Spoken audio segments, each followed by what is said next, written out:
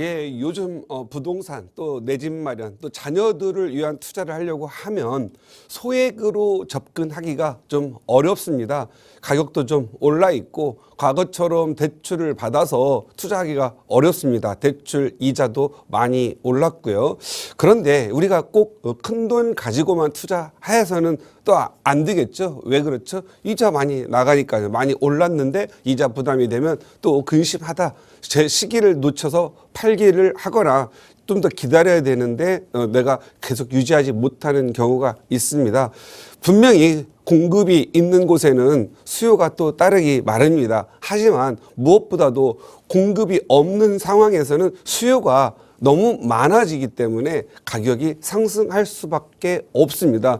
서울은 지금은 공급이 과부족한 시기입니다. 그래서 여러분들이 이 어려운 시기에 좀 더 많은 수요를 보유하고 있는 서울에 내 집 마련을 하거나 자녀들을 위한 집 주택을 미리 준비하는 것도 좋을 것 같습니다. 그래서 오늘은 좀 쉽게 소액으로 접근 가능한 그런 지역을 좀 소개할까 합니다. 오늘 제목은 2023년 말 깜짝 틈새 시장 토지거래 허가가 풀린 지역에 투자하라라고 했습니다. 항상 이 부동산을 공부하시는 분들이 많습니다. 뭐 부동산 책을 사가지고도 공부하고 그런 분들이 있는데 책이랑 부동산 관련해서는 책이 발간되는 동시에 과거가 됩니다. 그래서 책에 의존하는 투자는 좋지 않습니다. 물론 뭐 도정법이라든가 부동산의 투자 원리 이런 어떤 논문을 써야 되거나 공부를 하시는 분들에게는 괜찮을 수 있는데 책 보고 투자하시는 분들은 항상 버스 떠난 뒤에 뒷차 다 돌아가는 거기 때문에 크게 성공하는 사례가 별로 없습니다. 그래서 책을 보는 것보다 항상 실시간으로 오는 법과 제도의 변화를 바로바로 느낄 수 있고 해석하는 능력을 키우는 게 좋을 것 같습니다. 그래서 오늘 이 방송도 2023년 말이라는 제목을 정한 이유가 이 시기가 또 지나면 이 틈새 시장은 또 사라지고 다른 틈새 시장이 생기기 때문에 그렇습니다. 그래서 여러분들이 부동산 공부를 항상 할 때는 시간, 내가 어떠한 시기에 그 내용을 봤는지를 보셔야 됩니다. 아직도 어떤 분들은 최근 책을 사가지고 공부를 하는데 한강 르네상스 십몇 년 전 얘기를 하는 분들이 있거든요. 정신없는 거죠. 그래서 항상 부동산은 유기적으로 움직이는 사람에 의해서 만들어지기 때문에 두 발 달린 짐승과 같다 이렇게 생각을 하셔서 부동산 따라를 잡으려면 현재 실시간으로 이해도를 좀 높이는 게 중요하고 실시간에 대한 이해도가 높을 때 내일 1년 후, 2년 후, 10년을 예측해서 갈 수가 있습니다. 그래서 여러분들은 이 시간 베이스로 항상 공부를 하셨으면 좋겠고요. 오늘은 깜짝 틈새 시장이 열렸는데 그 시장은 2023년 말에서 2024년 상반기 정도면은 이 깜빡 틈새 시장 끝날 걸로 보여집니다. 토지거래 허가 풀린 지역이라고 말씀을 드렸습니다. 서울의 토지거래 허가가 지난주에 많이 풀렸습니다. 토지거래 허가가 걸려 있다라는 건 어떤 의미죠? 그만큼 내가 어떤 지역을 사고 싶어도 살 수가 없다라는 거고 토지거래 허가를 묶었다라는 건 뭐죠? 거기에는 그만큼 살려고 하는 욕구, 수요가 많이 있다라는 거지요. 그런데 토지거래 허가는 것은 우리 국민의 사유재산을 팔 수 없게끔 만들어드는 거죠. 또 사고 싶어도 살려는 제약 조건이 있습니다. 어떤 조건이 있죠? 토지거래 허가구역에서 거래를 하려면 잔금 후 내가 어떤 그 등기를 이전해왔잖아요. 그러면 잔금 후 3개월 내에 입주를 해야 되고요. 입주도 2년 거주를 해야 하는 조건입니다. 우리가 재개발, 재건축 그런 지역은 노후 주거 지역이죠. 그런데 내가 투자 가치가 있고 미래를 위해서 내 집 하나 마련하려고 했더니 들어가서 살아야 되는 거죠. 나는 투자성은 좋은데 살 수가 없는 상황이 되니까 포기를 하게 됩니다. 2년 동안 어떻게 살아요? 할 수가 없잖아요. 그리고 또 세입자가 들어있기 때문에 세입자가 안 나가는 경우에는 또 3개월 이내에 입주를 해야 되기 때문에 거래가 될 수가 없죠. 그러니 자연히 이 좋은 지역인데도 불구하고 거래할 수 있는 사람이 없습니다. 그러니까 가격이 오를 수가 없고 오히려 주변 시세보다 내렸다고 볼 수 있죠. 그래서 서울의 금싸라기 땅에 토지거래 허가 대부분 묶어놨지 서울 바깥이라든가 전혀 인기도 없는 지역에다가 토지거래 허가를 묶을 이유가 1도 없겠죠. 그래서 토지거래 허가가 묶였던 곳은 재개발 또는 재건축 또는 위치가 좋아서 정말 투자성이 좀 높은 지역들을 선택을 해서 토지거래 허가 구역으로 묶여놨는데 지난주에 이게 풀렸다는 겁니다. 그래서 무엇보다도 토지거래에서 녹지 지역도 있고 뭐 여러 뭐 농어민 지역 또 개발 예정 지역 또는 또 토지 구획 어떤 정해 가지고 어떤 목적에 의해서 토지거래가 구역으로 묶었다라면 지금 현재 이번에 풀린 건 서울의 재개발에 시동을 걸었던 지역에 대한 토지거래가입니다. 그래서 여기 오늘은 서울의 그 재개발 지역에 국한시킨 토지거래 허가 지역에 대한 거래에 대해서 말씀드리도록 하는 겁니다.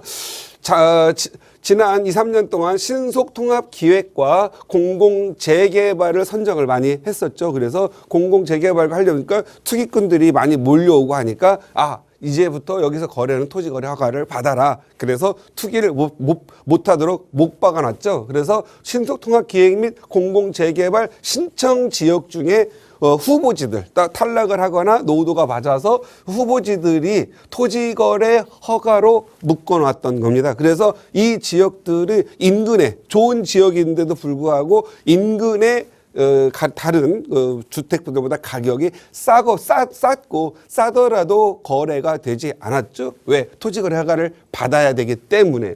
그런데 이번에 지난주에 서울의 40개 지역을 해제를 했습니다. 해제를 40개 지역을 했고 거기에 11개 지역은 여전히 토지거래 허가로 유지를 하고 묶어 두었습니다. 그만큼 토지 40개 지역에 대해서는 투자를 지금 해도 된다. 투자를 하게 되면은 주로 어떤 형태로 되겠죠? 재개발 형태로 그 지역이 진행해야 되겠죠? 재개발은 뭐 여러 가지가 있겠죠? 민간 재개발, 그 다음에 공공 재개발, 모아타운, 가로주택 사업 등 지금 서울에 가장 필요한 게 뭐죠? 아파트가 필요하죠.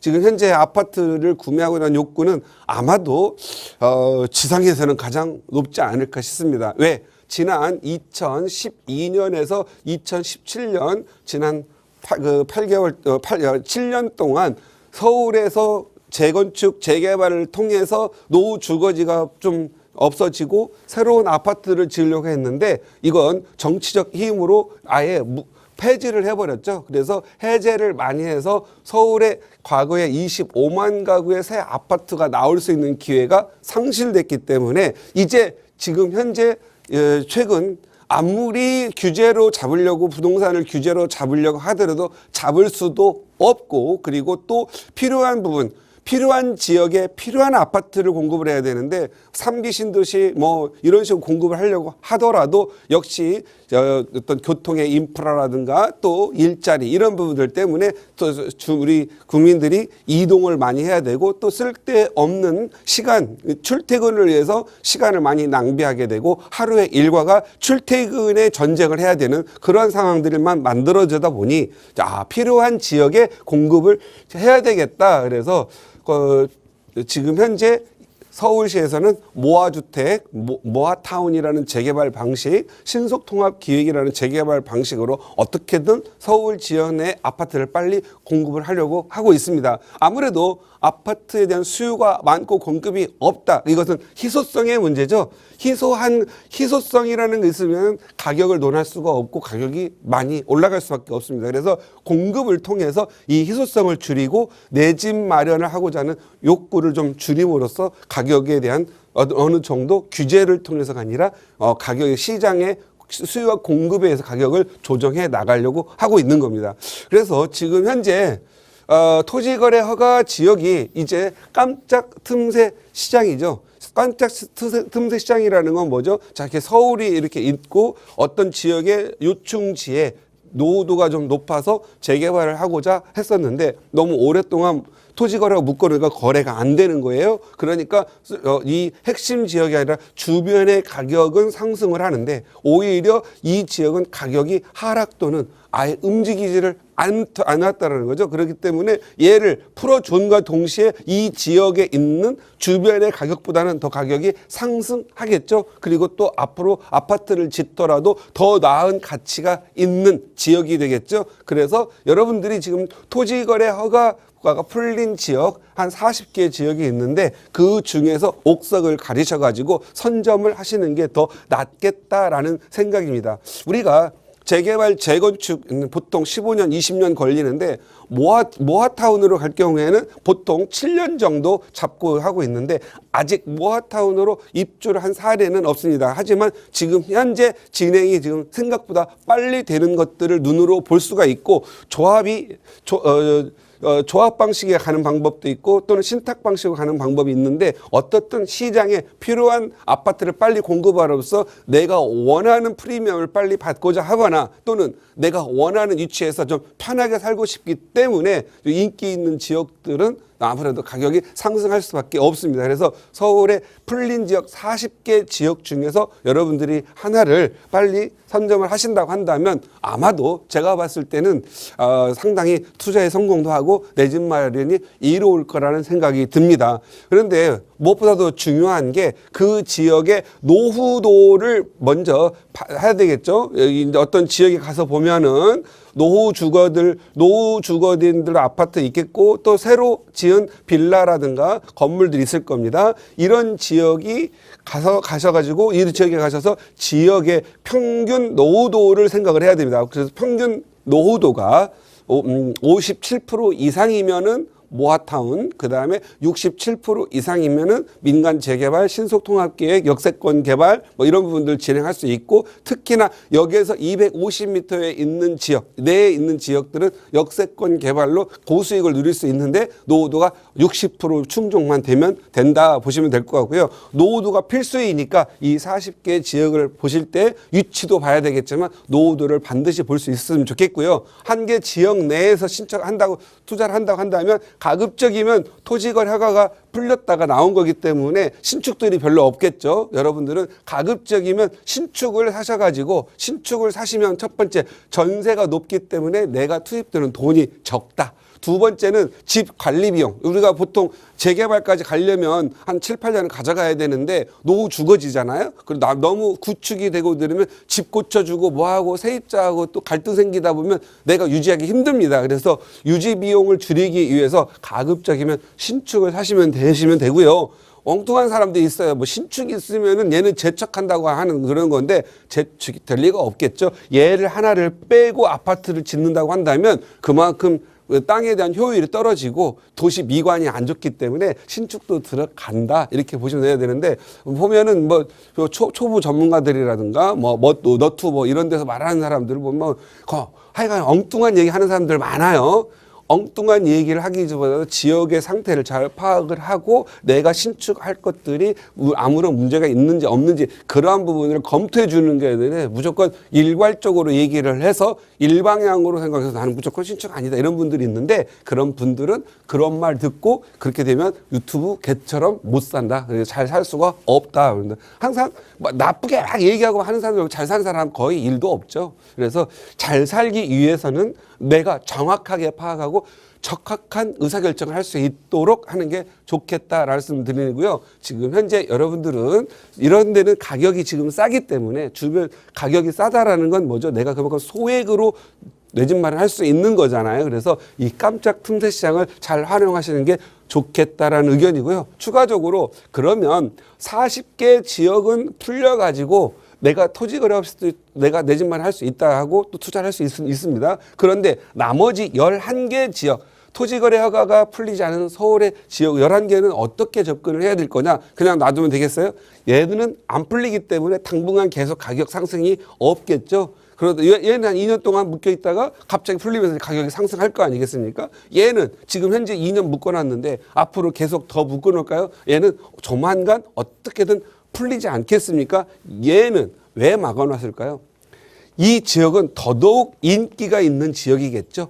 인기가 있다라는 거 뭐죠? 사람들이 살고 하고 선호도가 높고 편의시설이라든가 재개발의 가능성이 더 높은 거겠죠. 그래서 서울시가 11개 지역에 대해서는 풀지 않고 유지를 했습니다. 그런 지역을 보면 뭐 마포구 망원동이라든가 부터 해서 한 11개 쭉 있거든요. 그런데 가서 보시면은요.